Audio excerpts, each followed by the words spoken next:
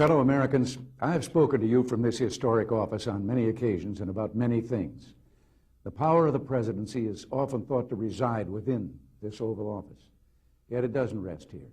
It rests in you, the American people, and in your trust. Your trust is what gives a president his powers of leadership and his personal strength. And it's what I want to talk to you about this evening. For the past 3 months, I've been silent on the revelations about Iran. And you must have been thinking, well, why doesn't he tell us what's happening? Why doesn't he just speak to us as he has in the past when we've faced troubles or tragedies? Others of you, I guess, were thinking, what's he doing hiding out in the White House? Well, the reason I haven't spoken to you before now is this. You deserve the truth, and as frustrating as the waiting has been, I felt it was improper to come to you with sketchy reports or possibly even erroneous statements, which would then have to be corrected, creating even more doubt and confusion. There's been enough of that. I paid a price for my silence in terms of your trust and confidence, but I've had to wait, as you have, for the complete story. That's why I appointed Ambassador David Abshire as my special counselor to help get out the thousands of documents to the various investigations. And I appointed a special review board, the Tower Board, which took on the chore of pulling the truth together for me and getting to the bottom of things. It has now issued its findings. I'm often accused of being an optimist, and it's true. I had to hunt pretty hard to find any good news in the board's report. As you know, it's well stocked with criticisms, which I'll discuss in a moment, but I was very relieved to read this sentence. The board is convinced that the president does indeed want the full story to be told. And that will continue to be my pledge to you as the other investigations go forward. I want to thank the members of the panel, former Senator John Tower, former Secretary of State Edmund Muskie, and former National Security Advisor Brent Scowcroft. They have done the nation, as well as me personally, a great service by submitting a report of such integrity and depth. They have my genuine and enduring gratitude. I've studied the board's report. Its findings are honest, convincing, and highly critical, and I accept them. And tonight, I want to share with you my thoughts on these findings and report to you on the actions I'm taking to implement the board's recommendations. First, let me say I take full responsibility for my own actions and for those of my administration. As angry as I may be about activities undertaken without my knowledge, I am still accountable for those activities.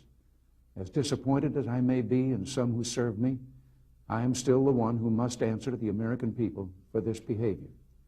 And as personally distasteful as I find secret bank accounts and diverted funds, well, as the Navy would say, this happened on my watch.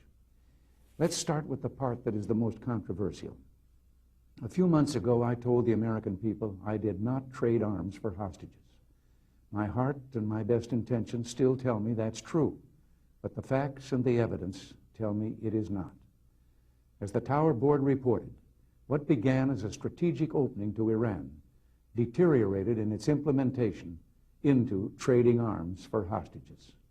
This runs counter to my own beliefs, to administration policy, and to the original strategy we had in mind. There are reasons why it happened, but no excuses. It was a mistake. I undertook the original Iran initiative in order to develop relations with those who might assume leadership in a post-Khomeini government.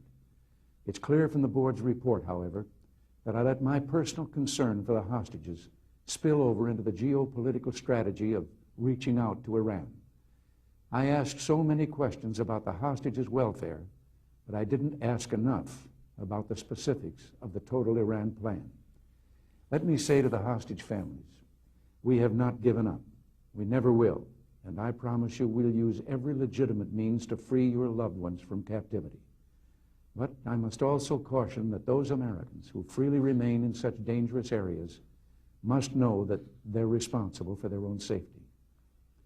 Now, another major aspect of the board's findings regards the transfer of funds to the Nicaraguan Contras. The Tower Board wasn't able to find out what happened to this money. So the facts here will be left to the continuing investigations of the court-appointed independent counsel and the 2 congressional investigating committees. I'm confident the truth will come out about this matter as well. As I told the Tower Board, I didn't know about any diversion of funds to the Contras, but as president, I cannot escape responsibility. Much has been said about my management style that's worked successfully for me during 8 years as governor of California and for most of my presidency. The way I work is to identify the problem, find the right individuals to do the job, and then let them go to it. I've found this invariably brings out the best in people. They seem to rise to their full capability, and in the long run, you get more done. When it came to managing the NSC staff, let's face it, my style didn't match its previous track record. I've already begun correcting this. As a start, yesterday I met with the entire professional staff of the National Security Council. I defined for them the values I want to guide the national security policies of this country. I told them that I wanted a policy that was as justifiable and understandable in public as it was in secret.